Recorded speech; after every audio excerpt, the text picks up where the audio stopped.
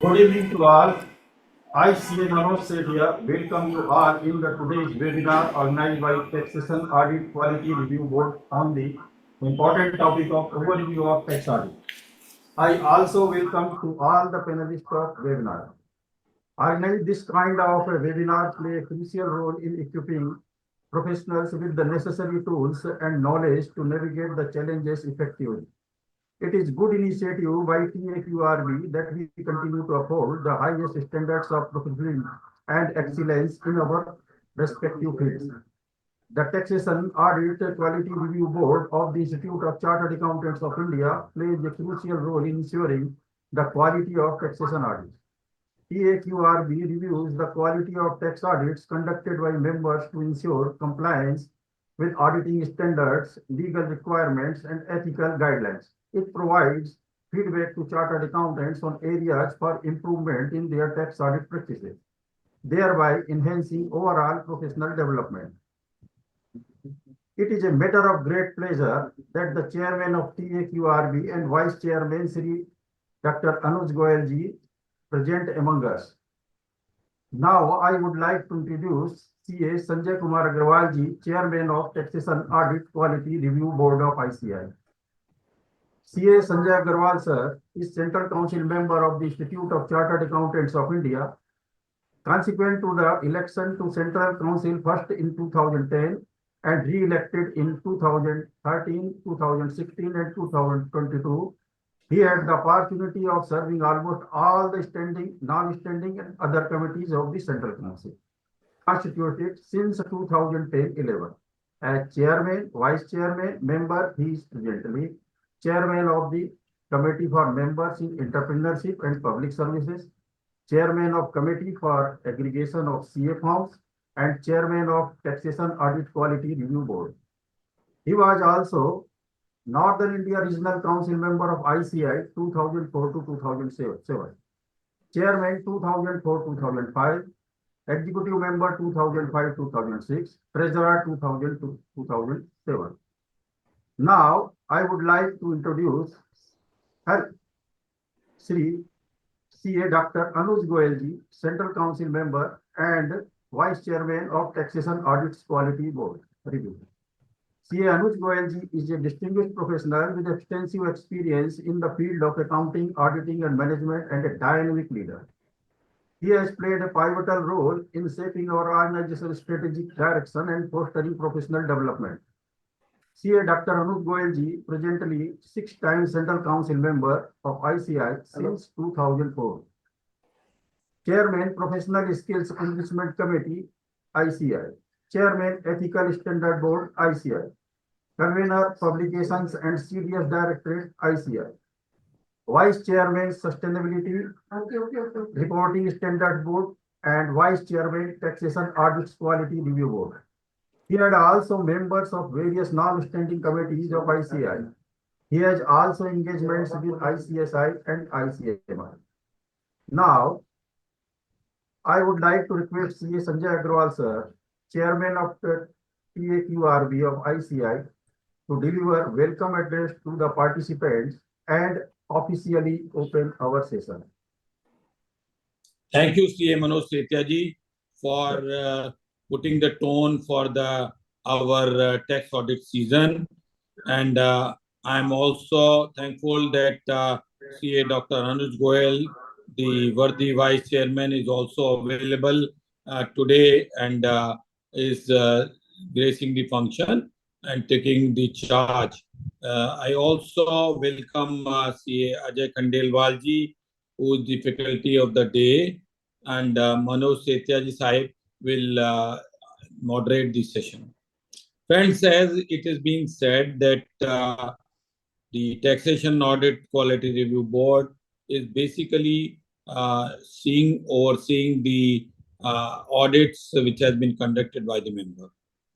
Presently, we are looking only for the listed companies and those who are above 100 crore.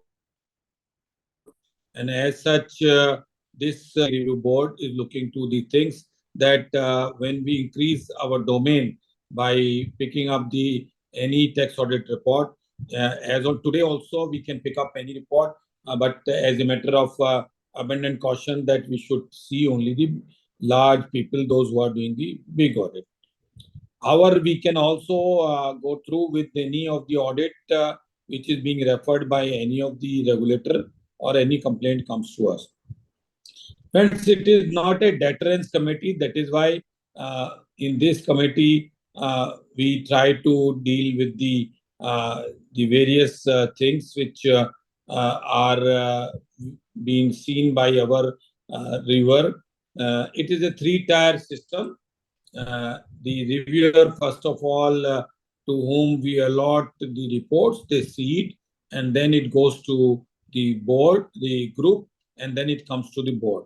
So this is the process. Three-tier system is being adopted by your TAQRB, and continuous process is this, that if we find there are certain things which we need to improve also, then we can write to the board, and also we can write to the our DTC committee. Those will see to it that whether the member requires some more guidance in this. So this is the background of the Taxation Audit Quality Review Board. I once again welcome our faculty of the day, CA Ajay Khandelwal ji, and also my Vice Chairman, CA Dr. Anuj Goyal ji, and also the moderator of the day. Rather, I will say that CA Manoj Setia ji has to perform a very tough job. He has to be on toes to see to it what speaker is speaking and what the viewers are understanding, and then digging out various questions. I will only make a small request to both my learned friends on screen, that let us keep some time, at least 20 minutes, 25 minutes if it is possible, for the question answer, because that is why the viewers come here. Since we are doing the tax audit since 1985, so I think a lot of people are experienced, but as I have seen in the past that some of the younger generation, those who are new, they join and they also seek a lot of queries.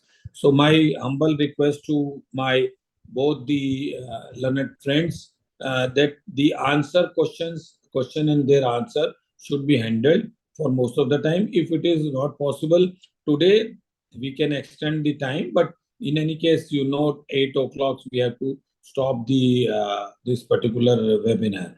With this, thank you very much, CA Manoj Setia ji, for giving your time to the committee. Over to you.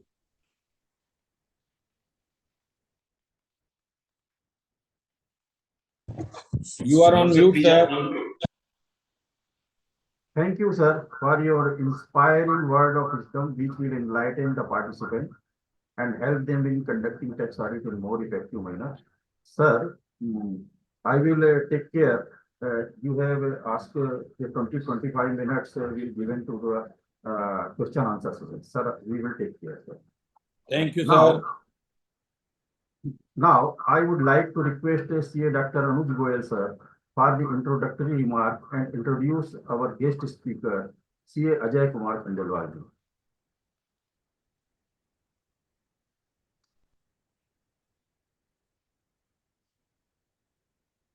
Sir, Anuj, sir. Yeah, thank you very much. I'm really very happy that our honorable chairman, Sri Sanjay Kumar Agrawal ji, who is really putting his best to see that how we can really do something very, very concrete to improve the quality of the tax audit. And I think no professional, no central council member can be better equipped to chair this very, very important taxation audit quality review board. And he's the founder's chairman of the taxation audit quality review board. And under his leadership, we are putting our best to see that how we can try to do something very, very concrete for this very, very important responsibility which is there on our soldiers as practicing chartered accountants. And this is the tax audit season. Under his leadership, we are trying that how we can try to handle our members of ICI by using technology also, and by organizing various webinars as well as physical programs also. And we are having the best of the resource person, C. Ajay Khandelwal ji and C. Manoj Sethia ji, to discuss the various provisions of tax audit. And friends, you are very well aware that the regulators, the government, each and every end user, stakeholder is having great expectations from the members of ICI, particularly from the small and medium practitioners. So it is our responsibility, rather our religion, to ensure that the best of the quality is maintained. And unless and until we will be having the expert knowledge, it would be very, very difficult, rather impossible for us to come up to the expectations of the stakeholders, of the government, of the I will say the Central Board of Direct Taxes, and of course of the Institute of Chartered Accountants of India. So we are having thousands of members who are live with us. I will not like to be between all of you and our very, very prominent resource person, Ajay Khandelwal ji, who is a very prominent chartered accountant. He is having more than 30 years experience in practice and is doing contributing in a great way in the field of audit. And I'm quite confident that he will certainly be able to address whatever issues are there. I will request all our honorable members to please raise their queries, and Manoj Sethia ji and Ajay Khandelwal ji both will respond them. Manoj Sethia ji is equally very, very competent and very, very prominent, very, very senior chartered accountant. And is in practice since last more than 3 decades. So I once again welcome on behalf of Sanjay Agrawal ji, who is the chairman, dynamic chairman of TAQRB, both the resource person Manoj Sethia ji and Ajay Khandelwal ji, and all the viewers from each and every part of the country. And I can see a number of viewers are there, delegates are there from other parts of the world also. Thank you very much. Over to CA Ajay Khandelwal sir.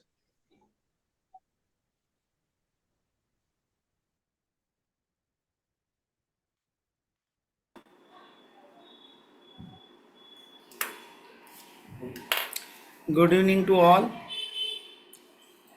Good evening.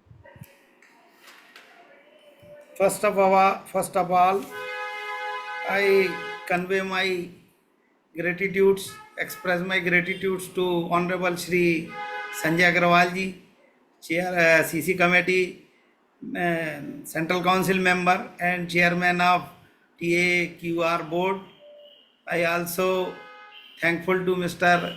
Anuj Goyal ji, Vice President and Central Council member, who have given an opportunity to address this gathering and share my experience and knowledge among our fraternity.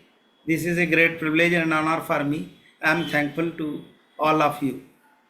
First of all, I am trying to cover all aspects of the tax audit, as the name, as the subject is the webinar on overall view of tax audit.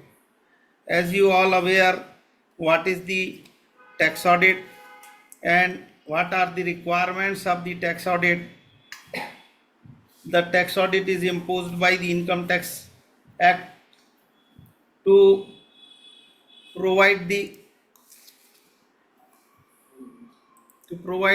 all the informations as required with a chartered accountant to complete the assessment in a good and rational manner and smoothen the process of assessment. First of all, I start from form number 3CB, which is the main part of audit report. 3CB is the audit report, as you all know very well, and form 3CD is the statement of particulars required to be furnished under section 44AB of the Income Tax Act.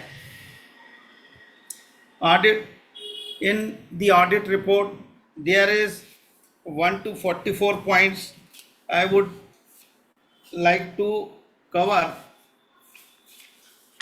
the maximum points within the time limit given to me and try on my level best to explain the things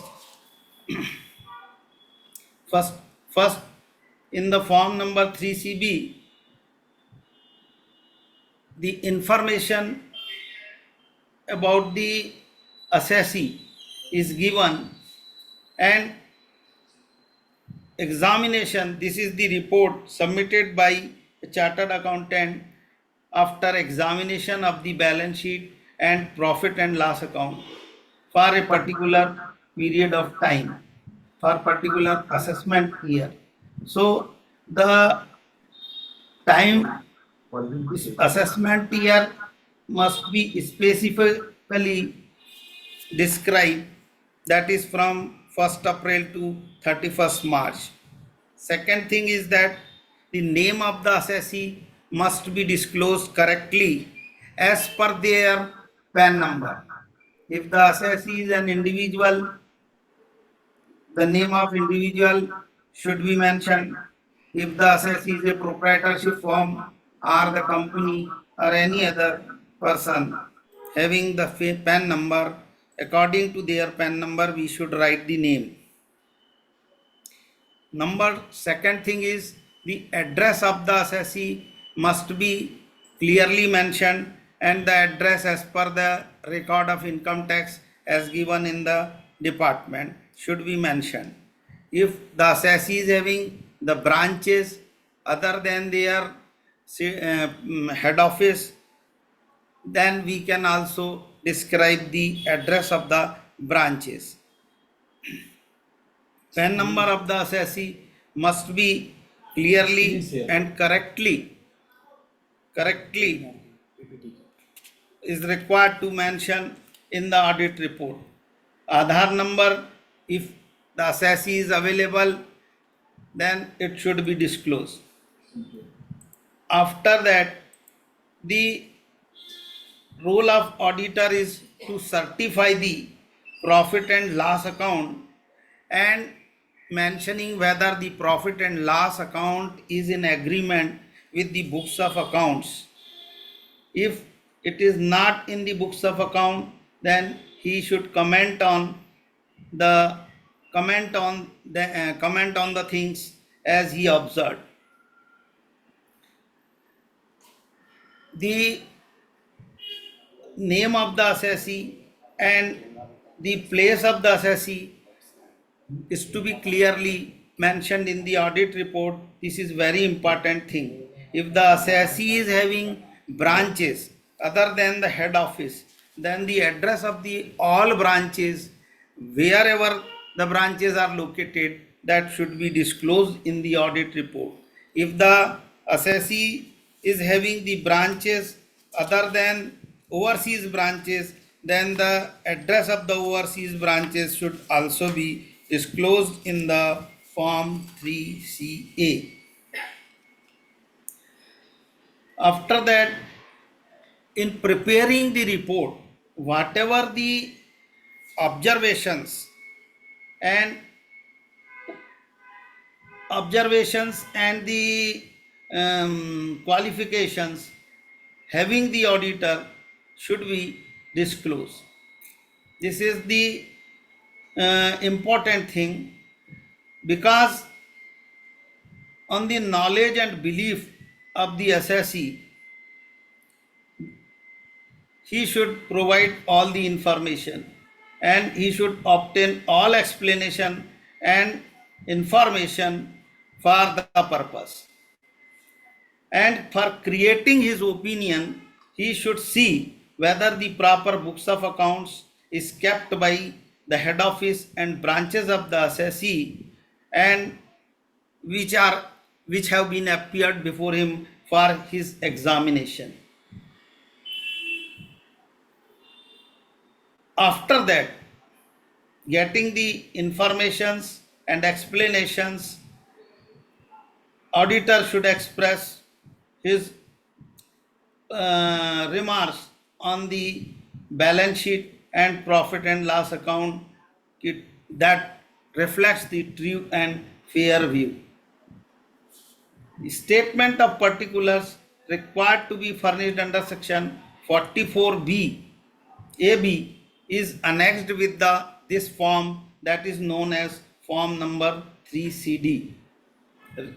3CB is the reporting part and 3CD is an annexer or a statement annexed with form number 3CD. 3CB. 3CD explain about various provisions of the Income Tax Act and which requires the information about the various sections of the Act.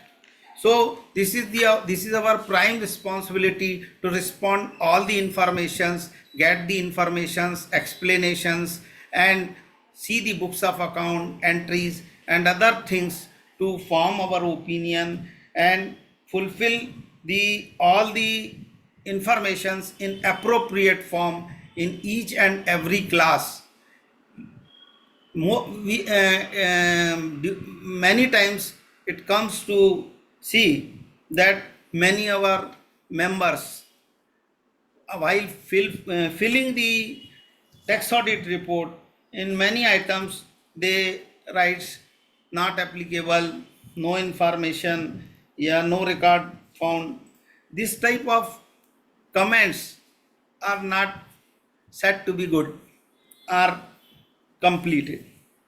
Therefore, you should go through the actual meaning and as per the guidance note of the institute, what is the requirement of particular class and try to give the information in that class.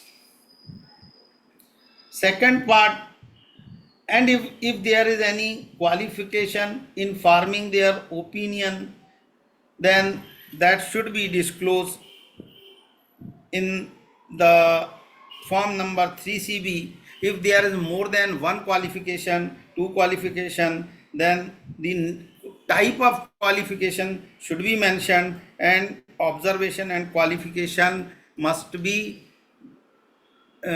disclosed in detail along with the reasonings. Otherwise, there is no meaning of observation until or unless you will give the reasoning. Reasoning makes it sound and good.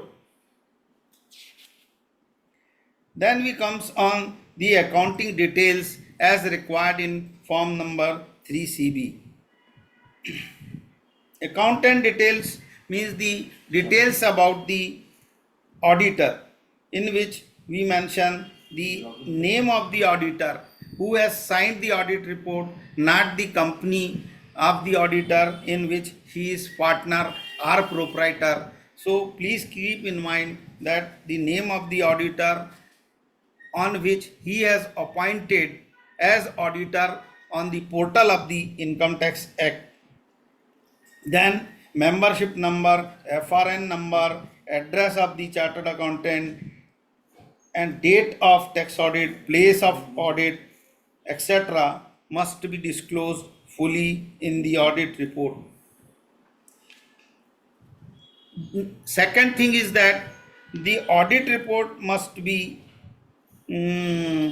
attached with the UDIN. UDIN is required. Until or unless you will not provide the generate the UDIN, it would not be validated.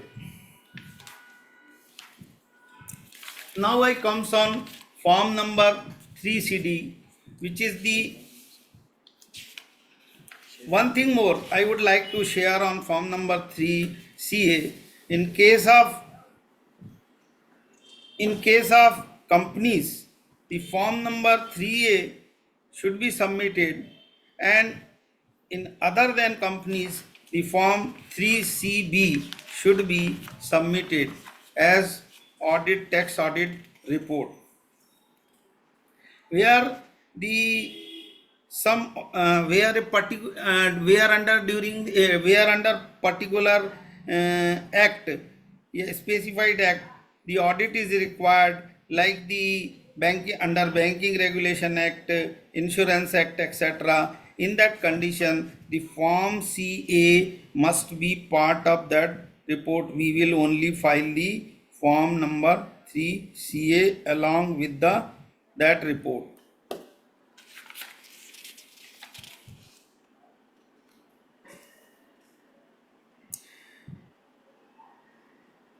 and all the observations also should be provided along with that report.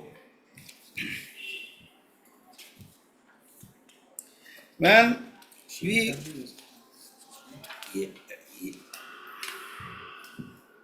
we come on the next point, section 44 AB mandates the audit of accounts by chartered accountant if the audit gross turnover exceeds rupees 1 crore in case of person other than professional persons who are carrying business and their turnover or gross receipt is more than 1 crore, then audit is under section 44A B is required. And if person is a professional and having the receipt more than 50 lakhs, then audit is required, and furnish the audit report within the specified time limit, specified date, usually that is 30th September of the assessment year.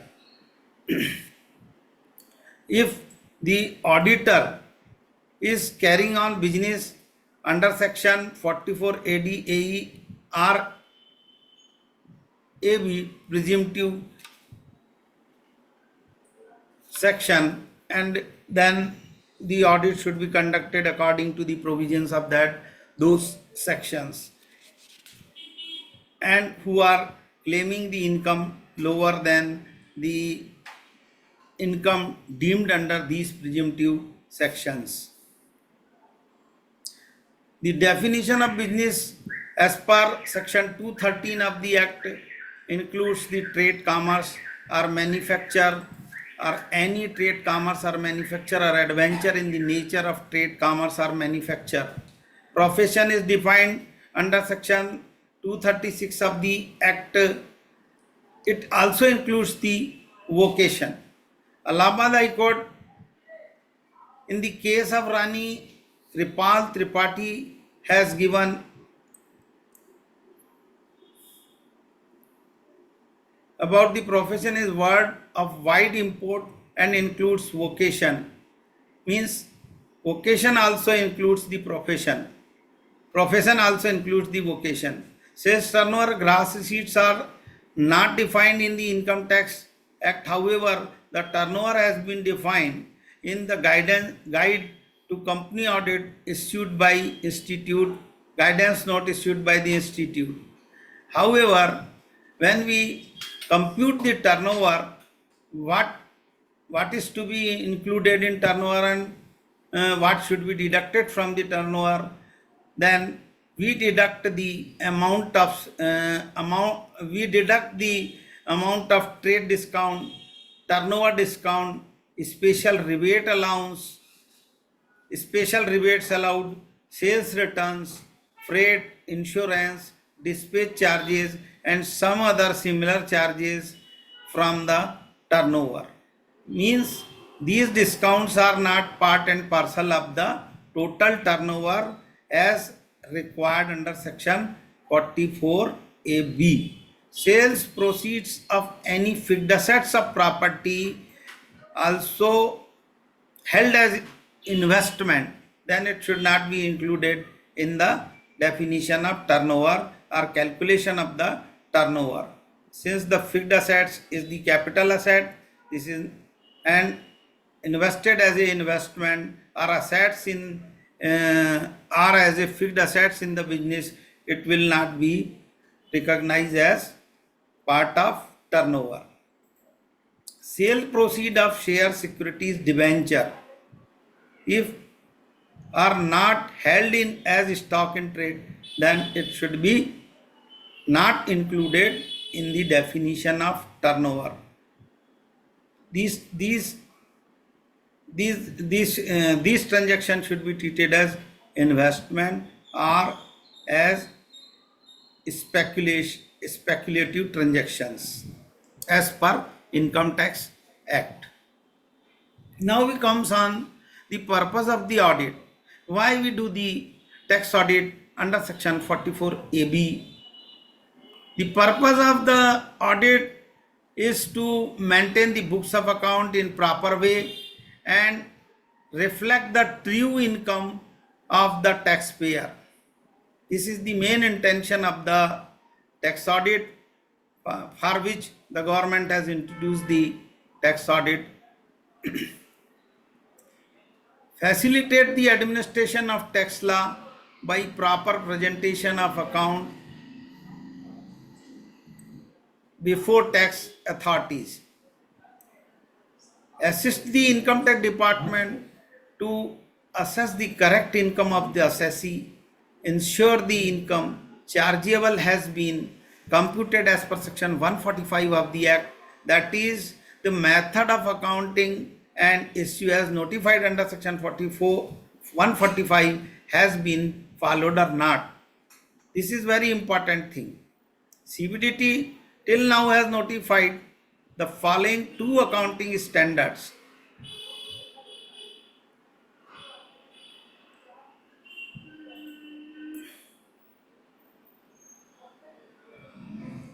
ICDS, wherever is applicable, must be followed in preparing the tax audit report. As relating to disclosure of accounting policies, as relating to disclosure of prior period and extra item and changes in accounting policy, the tax auditor and other accounting standards, the list of accounting standards are also given. I will explain further later on. So, I will also cover the whole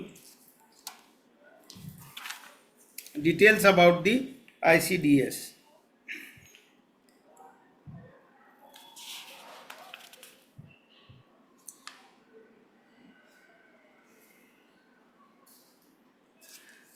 Purpose of the tax audit, as I explained, to maintain the books of, then I come on the role and responsibility of the tax auditor.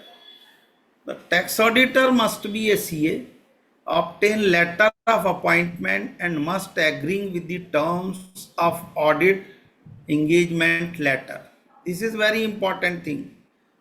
Nowadays, in the computer environment, until or unless auditor is added on the portal, you can't become the auditor of a particular firm or assessee. Then, but in physical form, a hard copy of the appointment must receive from the assessee as the your documents, working paper of your file, as a documentary evidences of your file, office file.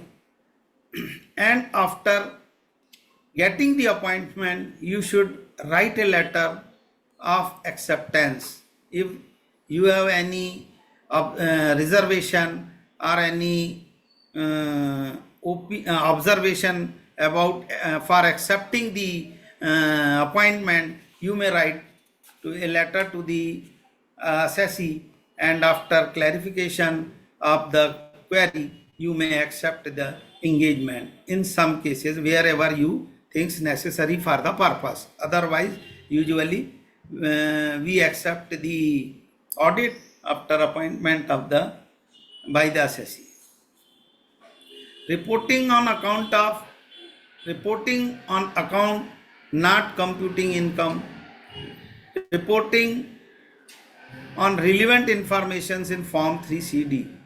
Our work is not to compute the income of the assessee and manage the affair of the assessee, manage the balance, profit and loss account of the assessee, and accordingly we should complete our tax audit. This is not the responsible job of the tax auditor, which many of us does in that fashion.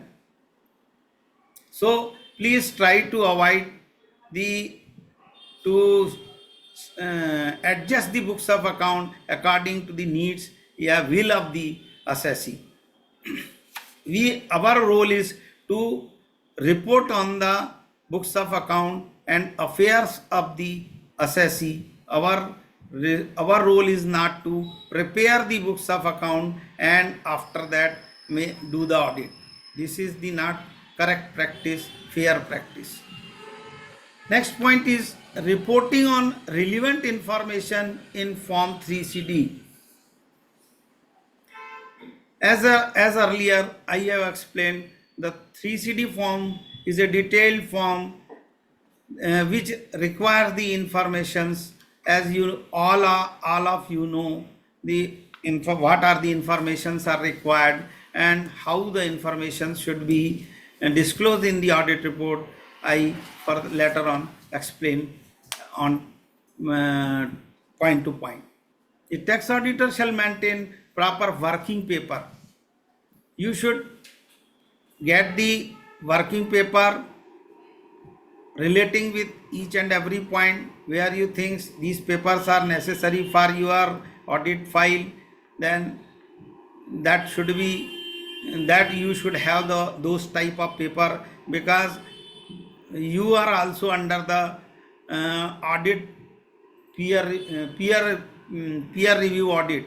You are under the purview of the peer review audit in sometimes at some times. So the working paper is very important part of our office file. These working papers works as evidence in your difficult time and protect the working of the auditor, his fairness, the fairness of the auditor, and this is necessary. Such working papers shall include work done while conducting the audit and by whom, explanation and informations received, judicial pronouncement relied, decision on various points taken, certificate issued by the client. So these things must be maintained and should be keep in your audit file. Tax audit report, form number 3CBA. I have already explained the form number 3CBD. Tax audit, examine and certify the balance sheet. These other points. Now I comes the method of accounting implied. Method of accounting implied in the previous year. If there is any change, the same must be reported. The point comes of just a minute.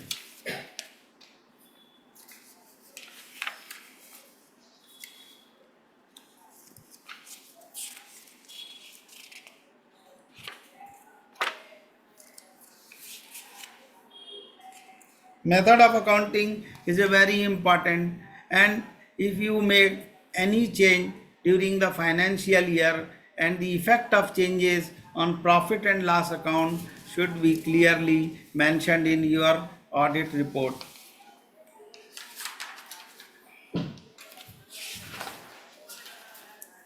Taxpayers are required to maintain their books of account and prepare their financial statement in accordance with the notified accounting standards. Income computation, income standards are given by the income tax department. So the auditor is required to follow those standards. These ensure that the financial statement prepared by the taxpayer reflect a true and fair view of their financial position and performance. Non-compliance with section 145(2) can attract penalties and interest under the Income Tax Act. Therefore, it is essential for taxpayer to comply with the notified accounting standards. CBDT has notified 10 accounting standards. As earlier I told that I will explain about the disclosure of accounting standards as required by the Income Tax Department. The list of AS 1 to 10 is given here on the slide. These accounting standard covers various aspects of financial reporting such as revenue recognition, inventory valuation, depreciation, accounting of investment, provision and contingencies. You all are very much aware with the accounting standards, what are the requirements under each accounting standard, and what are the disclosures are required at the time of preparing audit report and required to be mentioned in the audit report. So you should use your educational knowledge and apply at the time of preparing the audit report. And if there is any variation, deviation, and you are not agree with the facts and figures, a case of the assessee, then specifically you should qualify, mention your observation in the main audit report.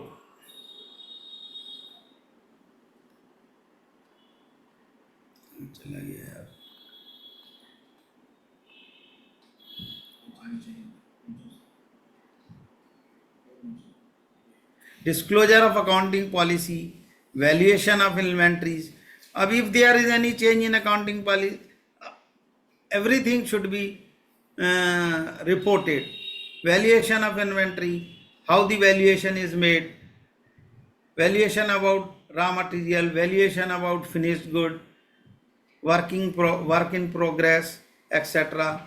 Everything should be specified and disclosed in the audit report as per our guidance note, as per accounting standards, cash flow statement, contingencies and event occurring after the balance sheet date, net profit or loss for the prior period items, changes in accounting policies, depreciation accounting, construction contracts, revenue recognition, accounting for fixed assets, the effect of changes in foreign exchange rates, compliance with accounting standards.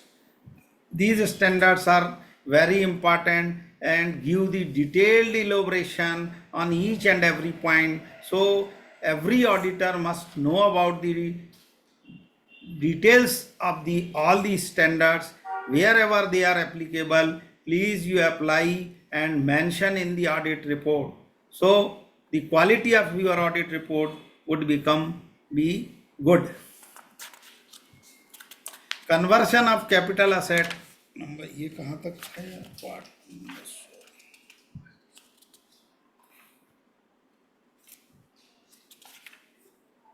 now I comes on next point.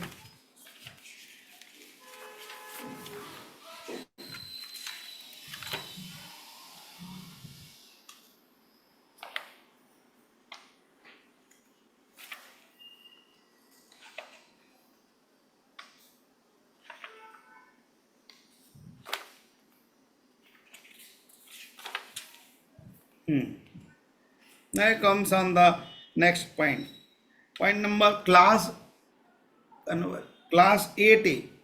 Class 8A, that is whether the assessee has opted taxation under section 115 BA, 15 BAA, 115 BAB, 115 BAC and 115 BAD.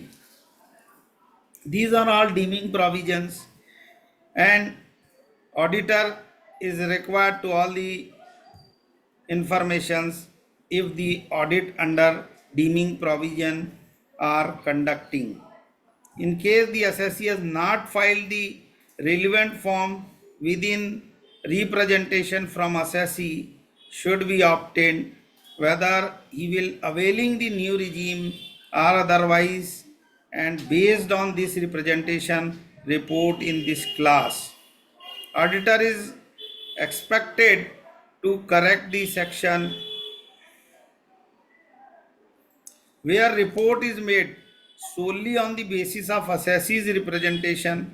The fact should be stated in para 3 of form 3CA or para 5 of form 3CB. If the form or association of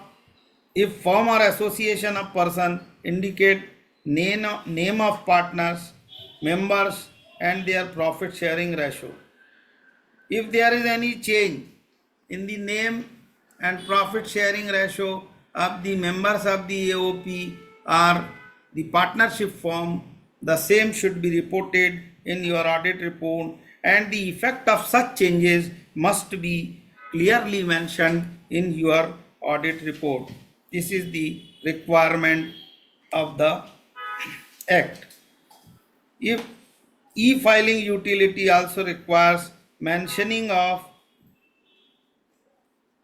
in case of AOP, whether share of members are indeterminate or unknown. In this case, this would not cover any specific ratio or understanding in relation to payment of remuneration or interest to partners or members. In this connection, reference may be made to circular number 739 dated 25/3/1996 issued by the board, reproduced in annexer 13. So you can check this circular and complete your work according to the provisions of the circular.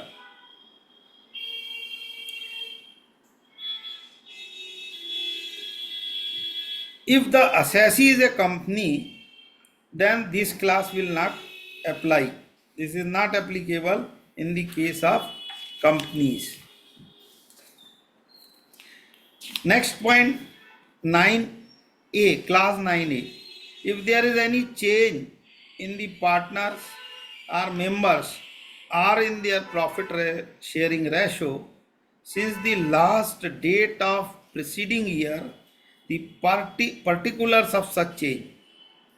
If any change in the partners or the member of the firms or the AOP body of individual or their profit or loss sharing ratio since the last date of the preceding year.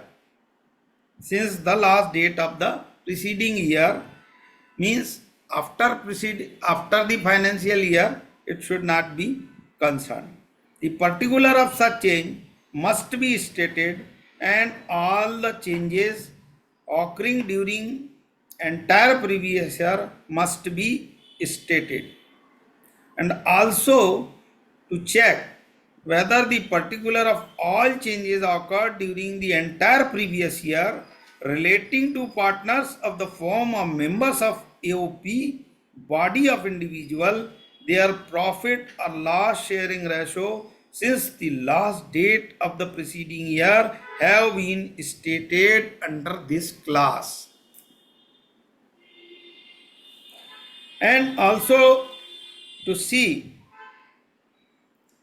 if the assessee is a company, then this class will not apply. The details, as earlier I have told, that this class is not applicable in the case of companies. Next point, nature of business or profession.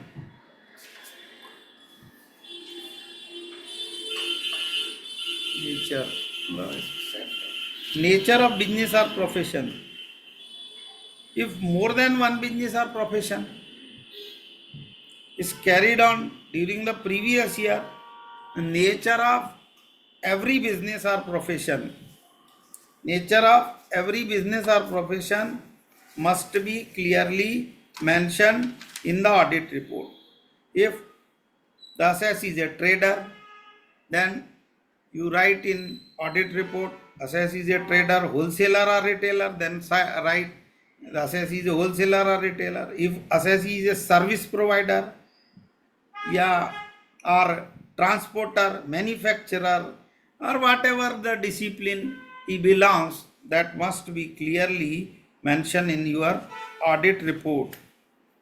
If there is any change in the business, that should also your responsibility to mention if there is any change in the business during the year, and also the effect of changes on his profit and loss account must be reported. in respect of each business, the code to be mentioned again, the nature of business pertains to the main area of the business activity. In case of business, recognized reconstruction, if there is a similar line of activity, no reference need to be made. However, if a new line of activity emerges because of business organization reconstruction, the same may be stated. If there is any change and a new line of business is applied, started by the assessee, then that should be disclosed in audit report as per the guidance note. If any line of activity being hived off, the same may also be reported.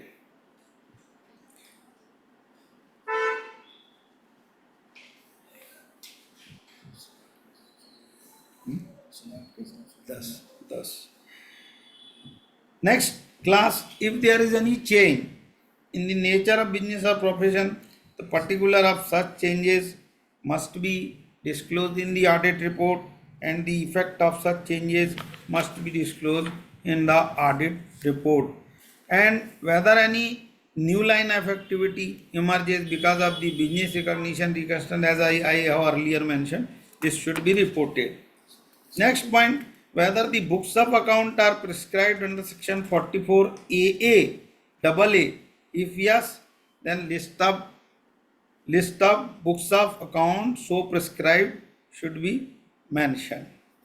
CBDT rule 6F has prescribed the books of account and other documents to be kept and maintained by the person carrying on certain profession specified in subsection 1 of section 44 AA. Complete list of books of account and other documents reported, you should check. This is the responsibility of the tax auditor.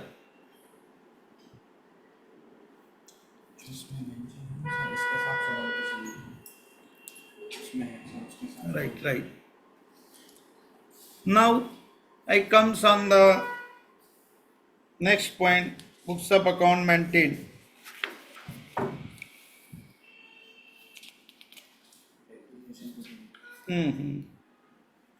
Now I comes on the depreciation. Actually these slides are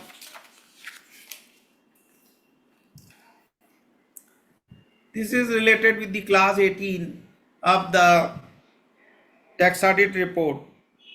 Depreciation allowance as per the Income Tax Act for each asset or block of asset as the case may be, that should be provided in full and fill up all the information correctly and very carefully, because this is very important part of the audit report. If in a particular block more than number of one assets, then all the assets relating to that block should be clubbed and shown as a single figure. But keep in mind the addition, if any made during the year in that asset, that should be disclosed. There is also provision if the asset is introduced before 30th September and after 30th September, that should also be mentioned clearly, and calculate the depreciation and check the correctness of the depreciation according to the provisions. First of all, you should see the opening balance of the asset is correctly taken, and verify the same with the last balance sheet, previous year's balance sheet. If there is any addition or deletion, that is to be adjusted. If there is any write-off of assets, that should be adjusted, that should be deducted. And if there if there is any addition, that should be added. All after, and if the asset, any new asset is purchased, that should be added. Then total value of purchase comes. After that, you provide the depreciation as per the rate prescribed by the schedule of the income tax mentioned in for depreciation of particular class of asset. And then comes the, after deducting the from the total cost, after depreciation deducted from the total cost, we should get the written down value of each block. There is 3 4 normally the 4 blocks: block of furniture, block of building, block of plant and machinery, etc. There is also the differentiation on the basis of rate of tax in same blocks. So you should see whether the depreciation has been calculated according to the provisions mentioned for the calculation of depreciation and correctly followed by the assessee. If there is any deviation, any omission or incorrectness, so the same should be reported in your audit report. Then I comes on the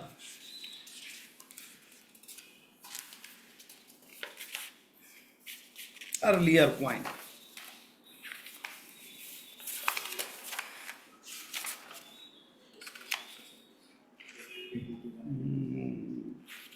Then clause 19. Clause 19 says about amount inadmissible under any section of the act or other provisions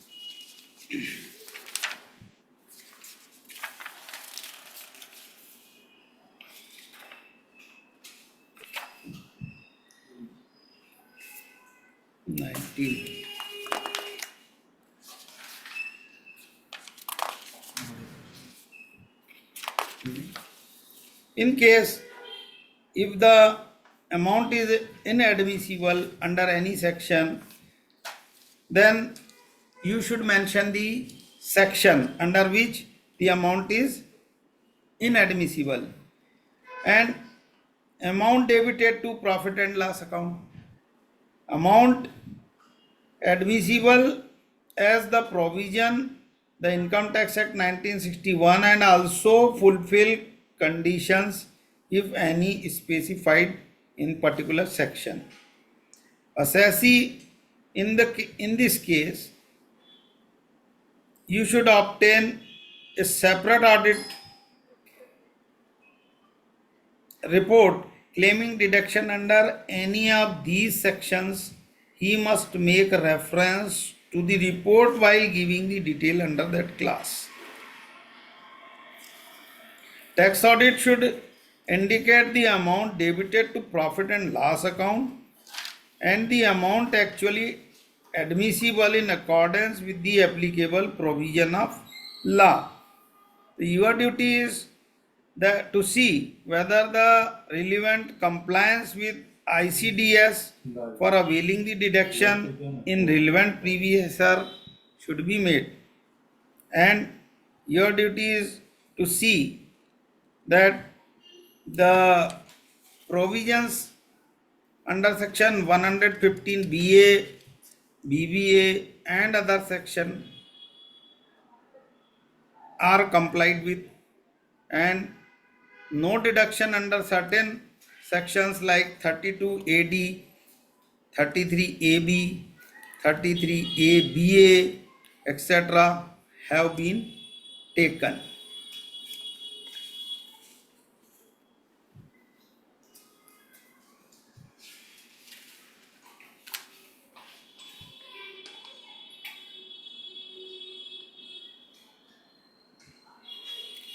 Where the assessee has opted to pay income tax under the provisions, deeming provision, 115 BA, BBA, BAB, 115 BAC, or 115 BAD, the assessee is not entitled to claim deduction under certain sections like section 32 AD, AB, 33 ABA, etc.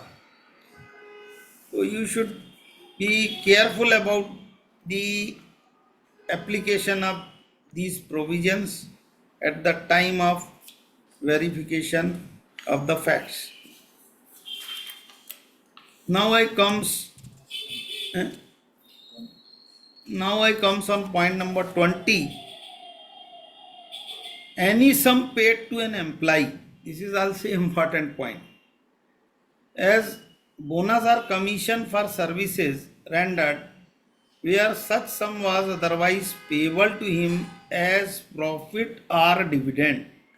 What is our duty? What is the duty of the auditor?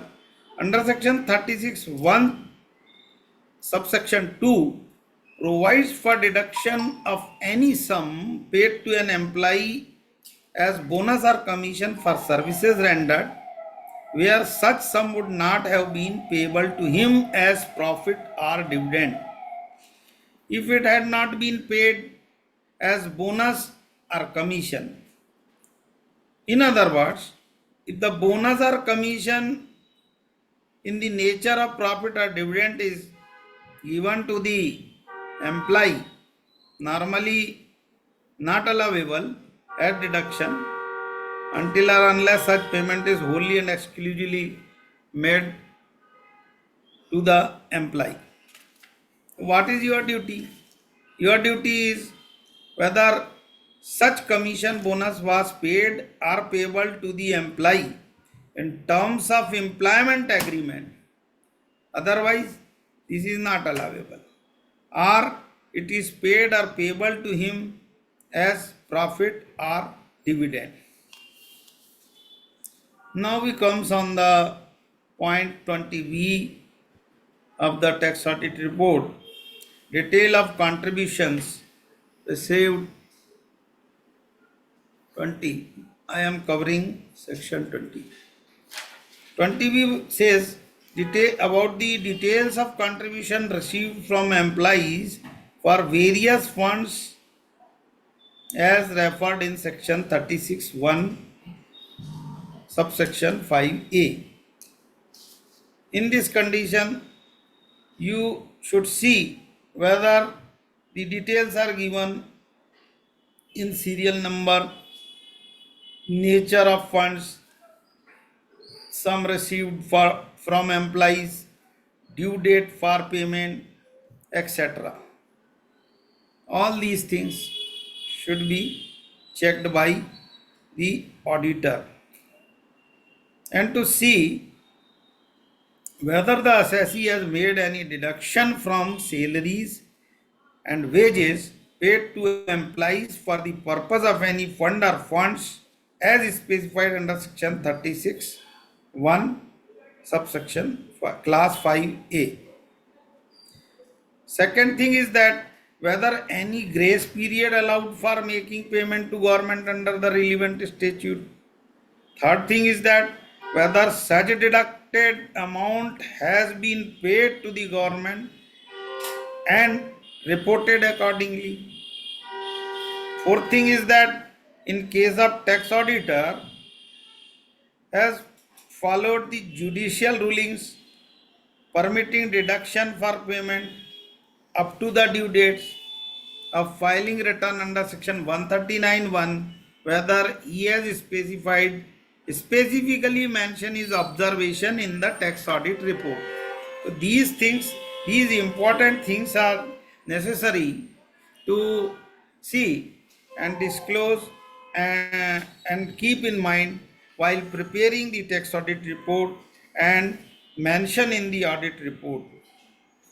Guidance note says in about this class is that under class 20B, the requirement is only in respect of the disclosure of the amount and the tax auditor is not expected to express his opinion about its allowability or otherwise. You are not able to express your opinion whether this is allowable or not allowable. You should only see whether the proper compliance have been made or not made, as I described earlier in 3-4 points, and mention your audit report. The tax auditor should verify the employment contract detail of the employees so as to ascertain the nature of payment. Until or unless about the payment of particular expense, nature of payment is not described in the employment letter of the employee, and he is not entitled to get such type of benefit, benefit, then this is not allowable. So you should be very careful about this point. As our institute guidance note says, as per the explanation provided in section 36(1) subsection class 5A, due date means what is the due date? Due date means during the financial year and last date of the financial year, that is 31st March, or before filing the return of income. Due date means the date by which the assessee is required as an employer to credit an employee's contribution to the employee's account in the relevant fund under any act, rule, order or notification issued these under or under any standing order, award, contract of service or otherwise, that is the day by which it is required to be credited as per the provisions of the applicable law, etc. In respect of such sum, if any extension is granted by respective authorities, it shall be considered. So please, this point should be keep in mind, which is given in our guidance note, and accordingly you should perform your work and mention in your audit report. Now I comes on the next point, point number 21A. Point number 21A describes about the details of amounts debited in profit and loss account, being the nature of capital nature, personal nature, advertisement, expenditure, etc. This is very important. This is also a very important point. No capital expenditure is allowable. No personal expenditure is allowable.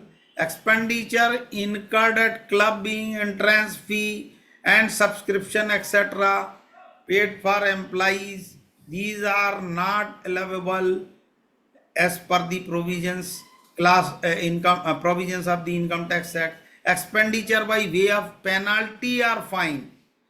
Penalty and fine. Many times we have observed and seen that the amount of penalty assessee clubbed with the amount of tax, amount of fees, amount of sales, etc., whatever may be the position, and that is debited in the particular head of expense. So this is the duty of the auditor to verify and discriminate the amount of penalty and the amount of expense. In big organizations, in case of companies, many times it becomes a large amount, huge amount. So you should be very much aware on this point and keep attention while conducting your audit and reporting and preparing the form number 3CD. So there is a difference between the fine, penalty and tax. One should be very much aware and know about the discrimination of penalty and fine, etc. And any penalty also paid for violation of law for the time being in force, these are not allowable. Earlier, at the time of our education, we have seen the penalty and expenses for violation of law have been claimed by the smugglers. Oh, in that case, many times we have read the case of Abdullah Mastan and I am not remembering the name of that person. That was a very famous landmark decision of the Supreme Court, Haji Mastan case. That expense was allowable after there has been amendment comes in the act, and which doesn't permit any penalty for criminal violation of any law or any criminal activity which is not permitted in the act. Those expenses are not allowable. You should be very much aware and report in your audit report about these expenses.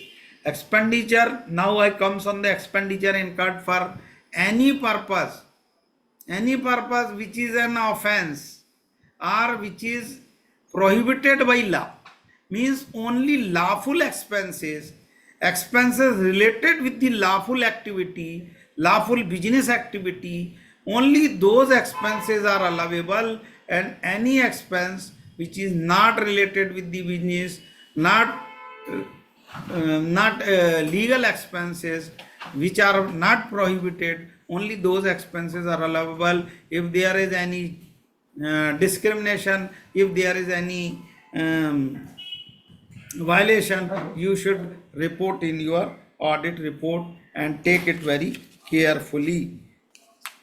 Preliminary expenses incurred by the assessee, which is a capital expenditure debited to profit and loss account and therefore should be reported.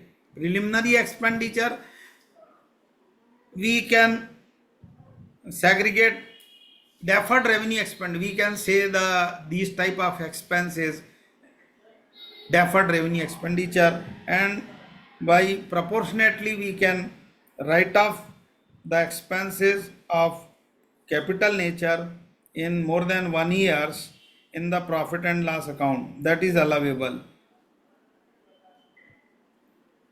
But if these type of expenses that brings in your knowledge, it should be reported under this class. Personal expenses, as I earlier said, is not allowable under section 37. Section 37 2b says that no allowance shall be made in respect of expenditure incurred by an assessee on advertisement in any souvenir, brochure, tract, pamphlet or like published by a political party. Therefore, the expenditure of this nature should be segregated and reported under this class. This is old provision, and one should be very careful about the discrimination of this expenditure and then report.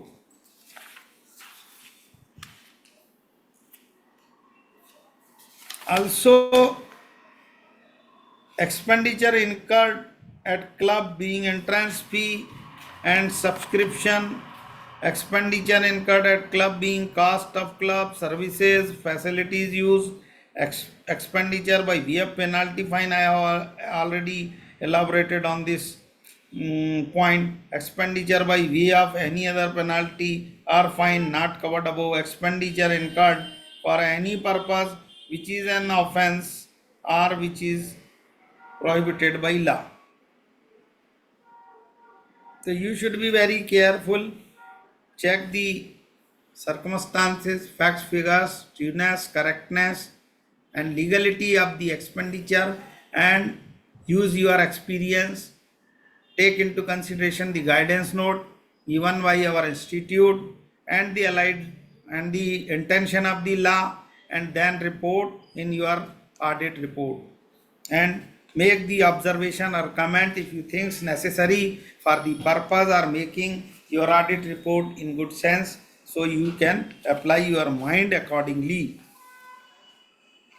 Now I comes on point class 21b, amount inadmissible under section 40A. This is also important. As payment to non-resident, refer to subclass 1. Detail of payment on which tax is not deducted.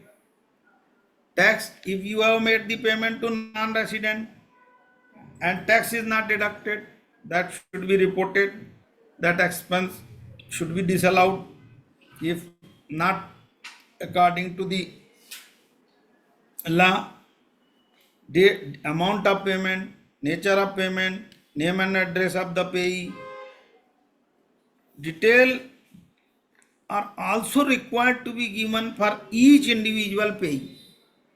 If there is more than one payee, so you can't clubbed all the payments in a single as a single figure and mention the amount. Our guidance note says that every person, a payment made to each payee must be described separately. And the also as a auditor, you should verify the particulars given under class do not differ from the particulars given under class 34 of form number 3 CD to the extent applicable. And your duty is whether any observation or qualification. You should mention any observation or qualification in your audit report if you think necessary for the purpose. So this is so please take it carefully and see whether the tax deduction compliance in particular this section have been complied or applied by the assessee. Now I comes on 21C, amount debited to profit and loss account being interest, salary, bonus, commission or remuneration inadmissible under section 40B, 40BA and computation thereof. What is the duty? Duty of the auditor is required to state the inadmissible amount under section 40B, 40BA, and such information is also required to be given in respect of interest remuneration paid to member of AOP or body of individuals. But these provisions are not applicable in case of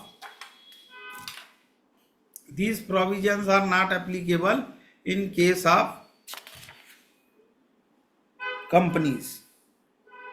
Disallowance of tax deduction on expense about 10,000 made in cash in a single year. Yeah, this is separate thing. Now my slides 21B now. Next point is 21E, which is not given in slide. Provision for payment of gratuity not allowable under section 40A7. In this case, what is the duty of the auditor? Duty of the auditor is that whether the provision of the gratuity has been provided for the year in financial statement and whether any observation or qualification or comment has been provided or not. So you should be very much aware about these things and comment on the particular point and to see that the deduction shall be allowed in relation to any provision made by the assessee for the purpose of payment of a sum by way of any contribution toward an approved gratuity fund or for the purpose of payment of any gratuity that has become payable during the previous year. Otherwise, if it relates to earlier year, prior period item, it should not be allowable. It should not be disclosed. In case the provision made for payment of gratuity is not allowable under section 40A7 subsection 7, the same is to be stated under this class. So I have totally covered and fully cleared the actual provision and what is the duty of the auditor to qualify make the qualification in audit report. So please take this point also very carefully. Now I comes on 21F, which says about the payment made to assessee as an employer not allowable under section 40A9. Any sum paid by the assessee. Sorry, I am correcting here. Any sum paid by the assessee as an employer not allowable under section 40A9. What 40A9 says? 40A9 says that the any payment by the employer towards the setting up or formation of or as construction of any fund, trust, company, association of person, body of individual, society registered under the Societies Registration Act 1860 or other institution, then contribution to RPF, approved superannuation fund, or notified pension scheme or approved gratuity fund is not allowable. The tax auditor should furnish the detail of payment which are not allowable under this section.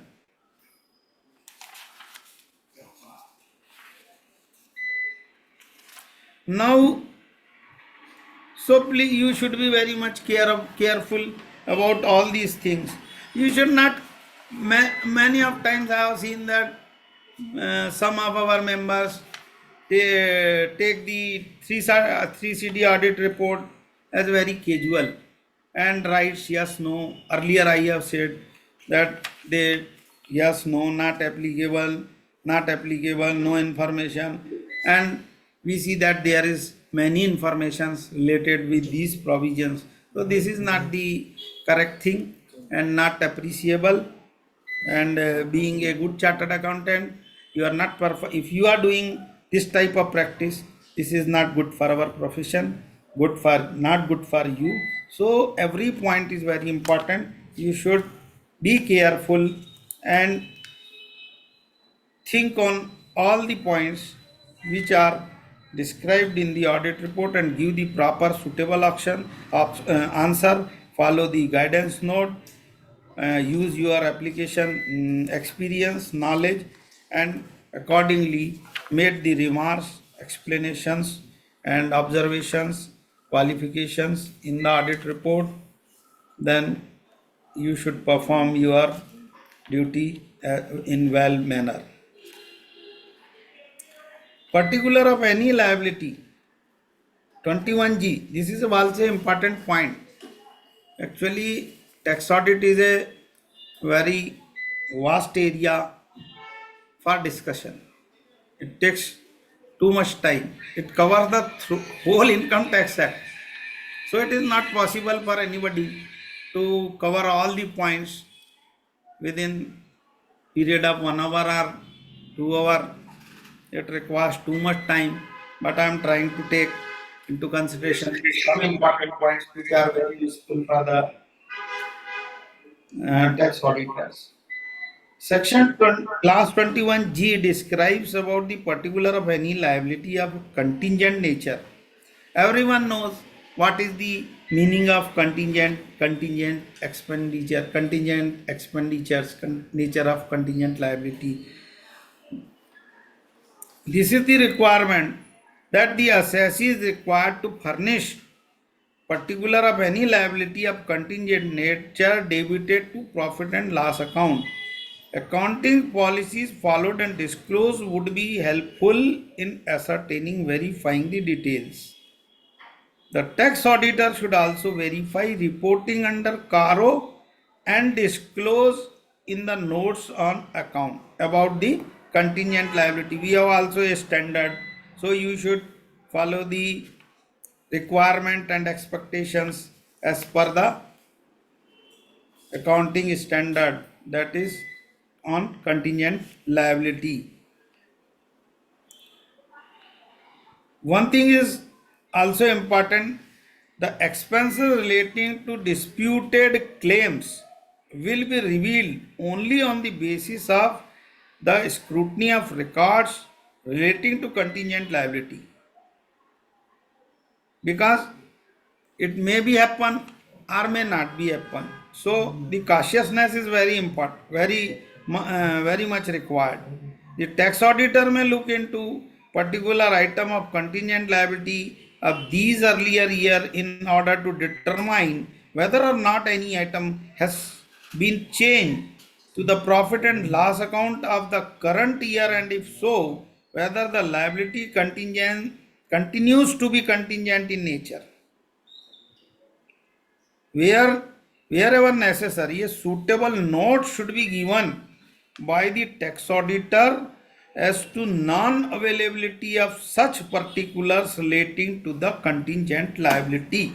So, until or unless you are very much clear about the incurring of the contingent expense of the incurring of the expense on contingent liability, you should not allow. Otherwise, you should clearly mention in your audit report about note about the contingent liability that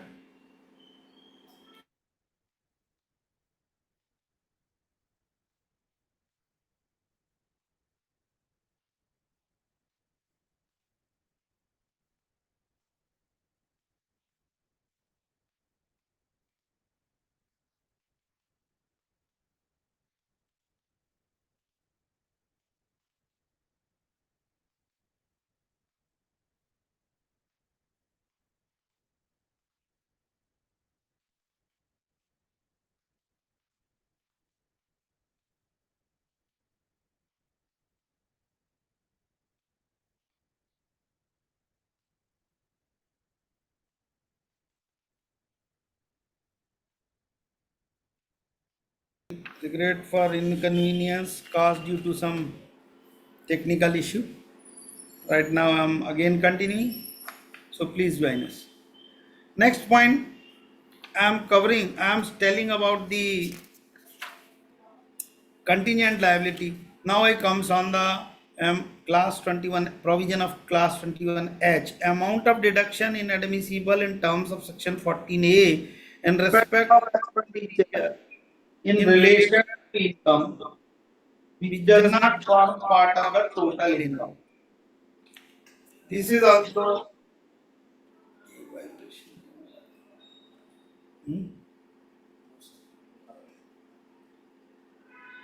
it is primarily the responsibility of the assessee to furnish the detail of amount of deduction inadmissible in terms of section 14A. That is in respect of expenditure incurred in relation to income which does not form part of total income. So what you should do, the tax auditor should do, he shall examine the details of amount of inadmissible expenditure as furnished by the assessee. While carrying out such examination, the tax auditor is entitled to rely on the management representation. So you should get a letter from your client which satisfy the details, which satisfy the which satisfy that the provisions of this class have been adequately done. So otherwise you should qualify your opinion or you may make your adverse opinion. In this case, you should verify the amount of inadmissible expenditure. If the tax auditor is in agreement with the assessee, he should report the amount of suitable disclosure of material assumptions, if any, and he is not in agreement with the assessee, the regards to amount of expenditure determined he may give, and you should make the qualification or an adverse opinion on this point. When the assessee is neither provided the basis nor for the supporting document for claim of such inadmissible expenditure, the then due to intimation on the scope of auditor work, the auditor can give disclaimer of opinion. Next point, now I want, now I am trying to cover the important points within time speedily. Class 21 subclass 1 says that the amount inadmissible under the provision of section 36(1)(3). In this case, what you should do? You should see that the amount of interest paid in respect of capital borrowed for the purpose of the business or profession would be allowed a deduction in computing the income referred to in section 28 of the Act. Means it should be related. The tax auditor, while determining the inadmissible or admissible amount under section 36(1)(3), should also keep in mind the requirement of ICDS, that is ICDS 9 relating to borrowing cost. If it permits, then you should allow. Otherwise, you make your observation in the audit report and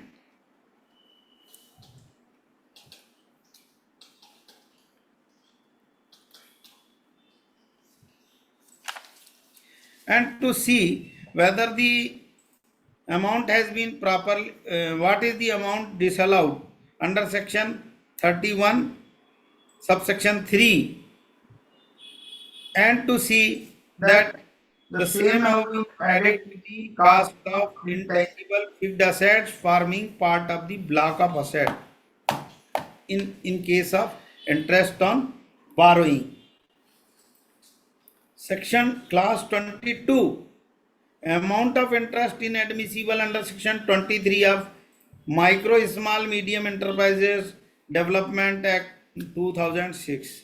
What is the intention of this provision? I think that the intention of this provision is that government wants the payment should be made within time to the SMEs. This is for to encourage their business and industry. This is the main intention of the law behind this provision. So what the auditor should do? The duty of the auditor is to see whether the payment has been paid to SME on borrowed payment of interest has been made on the borrowed funds to SMEC within time. If he is paying the interest for delayed payment, then this is not allowable as per this provision. What is our guidance note says? Our guidance note says whether the tax auditor upon due verification finds that the auditee has neither provided or nor paid any interest payable under the MSME ED Act, then no amount is inadmissible under section 23 of MSME ED Act. In such case, appropriate reporting should be made against the class in the format provided in e-filing utility. However, tax auditor should consider impact of such non-recognition of interest on true and fair view of profit or loss and the liability. This is very important. You should see and calculate what is the impact of this disallowance, non-recognition of the interest, and use your mind and make the judgment and make the report accordingly and disclose the facts accordingly. So this is also important thing. Next point is, okay, no problem. Next point is particular of payment made to person specified under section 48(2)(b).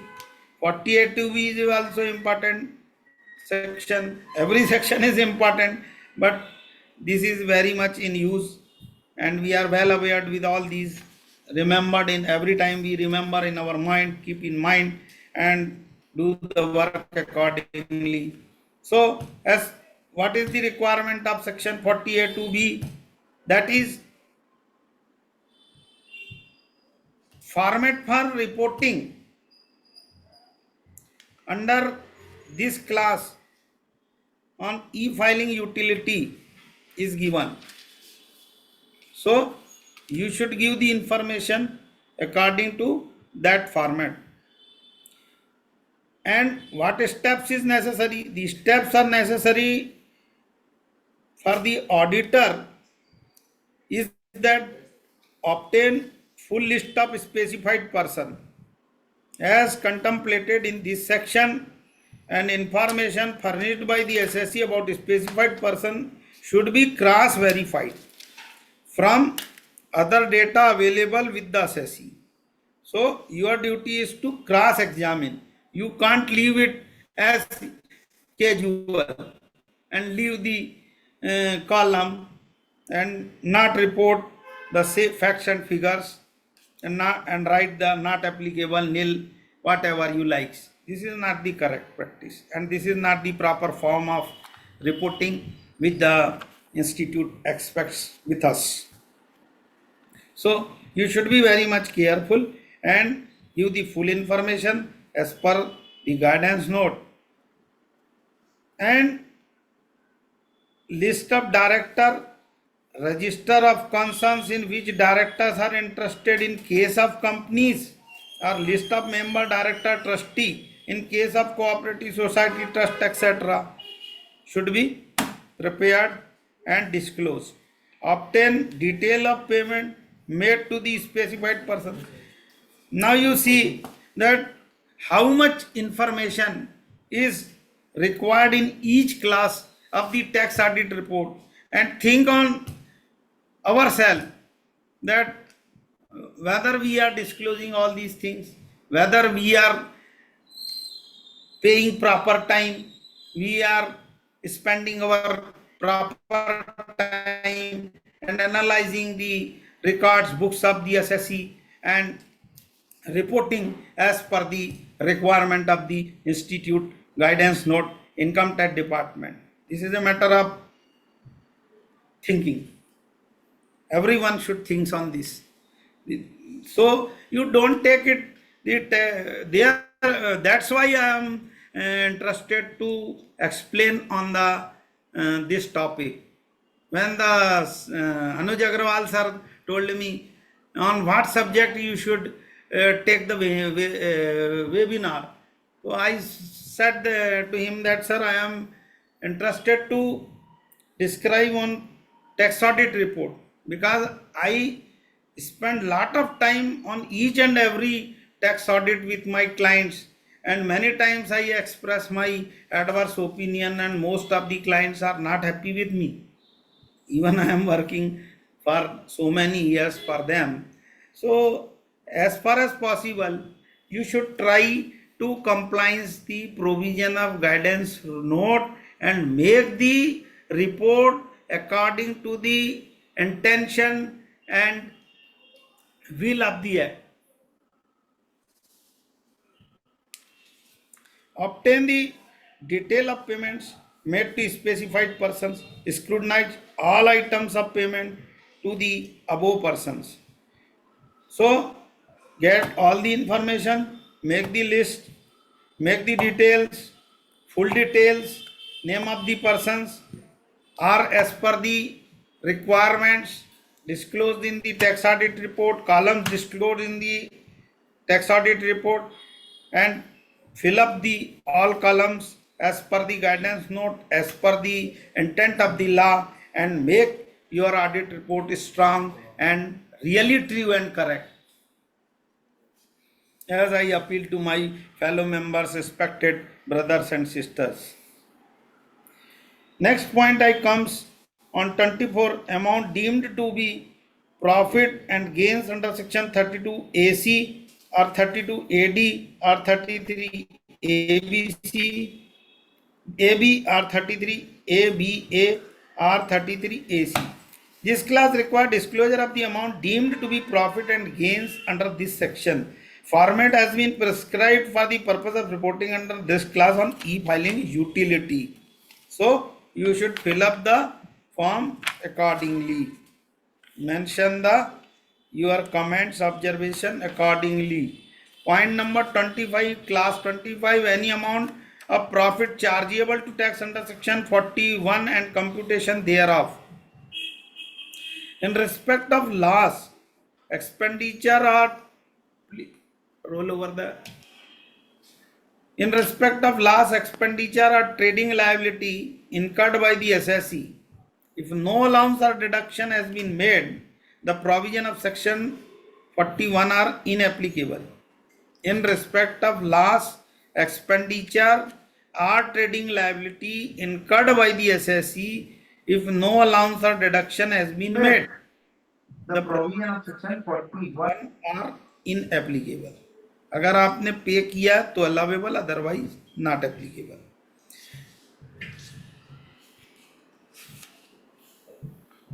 And you should see whether the recovery of bad debts which were earlier allowed. One thing is very important in particular in case of bad debts.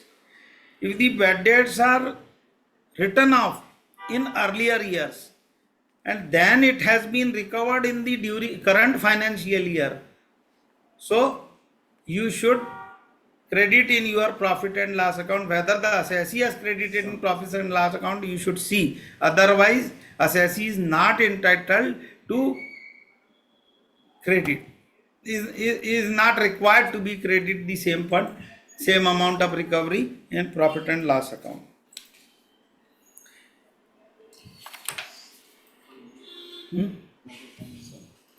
Now time. How much time? No, it's a question answer time. Okay. Right. So, Dear friends, now the time is over. I am trying to cover all the points, but just I will take 5 minutes time more. Point in case of duty, excise duty, indirect taxes, levy, etc. Pass through the profit and loss account. You should follow the guidance note and do the work accordingly. Value added tax. So you should compare the figures from the GST, etc.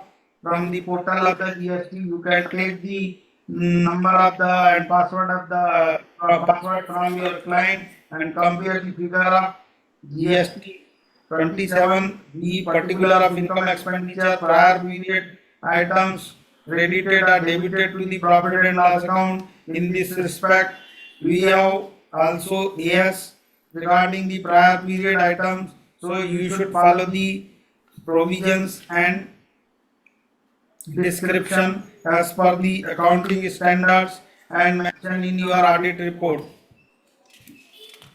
Next is whether the previous year assessee has received any property being share of a company or not being company. All these things are important.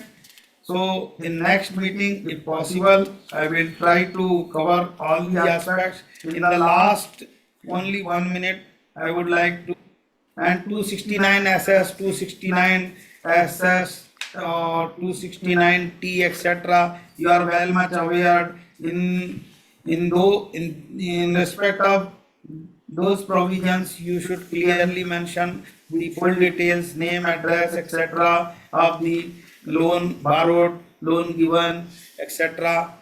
by the assessee, and give the full details. If there is any adverse opinion, remark, you should mention the same in your audit report. At the last,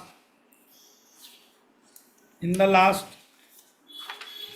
part, we should make the comparative chart of previous year figures, that is turnover and stock in trade, gross profit ratio and net profit ratio. What is the meaning of turnover and what includes in that closing stock, work in progress, finished goods, etc. You should refer to the guidance note and do the work accordingly and prepare your report accordingly. Mention these details as per your experience, knowledge and study in the audit report. Thank you, dear friends. I am very thankful that you have heard very patiently about the tax audit report, overview of the tax audit. I have expressed my little and incomplete knowledge before you. There may be some mistakes. I am very thankful to all of you that you have patiently heard me. Thanks a lot. I am also again paying thanks to Shri Sanjay Agrawal sir, Shri Anuj Agrawal sir, Shri Manoj Sethia ji, and the entire team of TAQRB who has arranged this program and give a very good opportunity me to express my thoughts, observation, experience before my respected fraternal brothers and sisters. Thank you.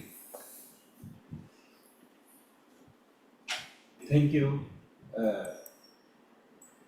Khandelwal ji. Now we have some time for questions.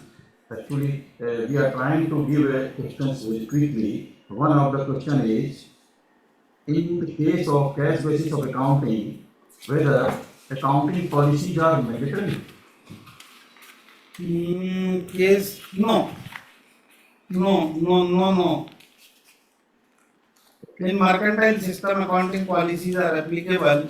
In case basis of accounting, only the income and expenditure relating to the current periods are to be accounted for. Okay. Do we need engagement letter for 44 AD and 44 ADA audit as well? Okay, yes, required. Either you should get the appointment on portal, and the hard copy of the appointment letter is also required to be received from by the assessee. Third question is, can an assessee opt for 44 AD for his business and 44 ADA for his profession, consultancy business? Yes, simultaneously he can opt for both. In case of a non-company assessee, whether the books of accounts can be prepared on mercantile or case basis separately for business income and income from other sources differently. That is, whether two incomes can have two different accounting policies simultaneously. No. Under class 34A, is it necessary to reconcile amount of payment shown under each previous section with P&L line? Yes, required. And that must be reported separately for each transaction. Okay. Is it necessary to pay TDS on provision which is created on or as of 31st March, although invoice is not received? If the payment has been credited, you are talking about provision, not the payment. For provision, there is no necessity to make the TDS until or unless you have credited the amount. Okay. Currently 26 years only specifies 10 number. Against each TDS deducted, where creates problem for big corporate as they generally take up 10 for KYC compliance. Is there a way out together? I can respond this very later on. Okay. What about additional fees to ROC for late filing of ROC forms? Is it in penalty nature? Additional fees, is it penalty? Fees is not a penalty. This is allowable expenditure. Delay in payment of legal expense, so you can allow as a allowable expenditure. Okay. Thank you for your engaging questions, yes, Khandelwal ji. Do you have any final thoughts? No, my final thought is that you should all be remain happy and healthy, wealthy, and do your professional duties according to the expectation of our institute, society, Department of Income Tax, and other departments so we can high up our brand image as a CA in the society. Thank you. Excellent, excellent. On behalf of everyone here, I would like to extend a warm thank you to CA Khandelwal ji for sharing his expertise with us today. I believe that those who participated here must have benefited a lot from this webinar. I would also like to express our sincere appreciation to Chairman CA Sanjay Kumar Agrawal ji and Vice Chairman CA Anuj Goyal ji of TAQRB of ICI for their outstanding efforts in organizing this webinar on tax audit. Your commitment to promoting knowledge, sharing and professional development truly commendable. This webinar has now immensely beneficial in shedding light on the intricacies of tax audits, providing participants with valuable insights and practical knowledge, and we look forward to continue collaboration and learning opportunity in. And I also thankful to all of you for participating to all the participants for their active engagement and contribution to today's event. Together we are shaping a brighter future for our profession and industry. Thank you once again. Thank you. Thank you, sir. Thank you for your deliberations and presentation. And we look forward for more endeavors for the Institute. Thanks a lot. Thanks. Thanks.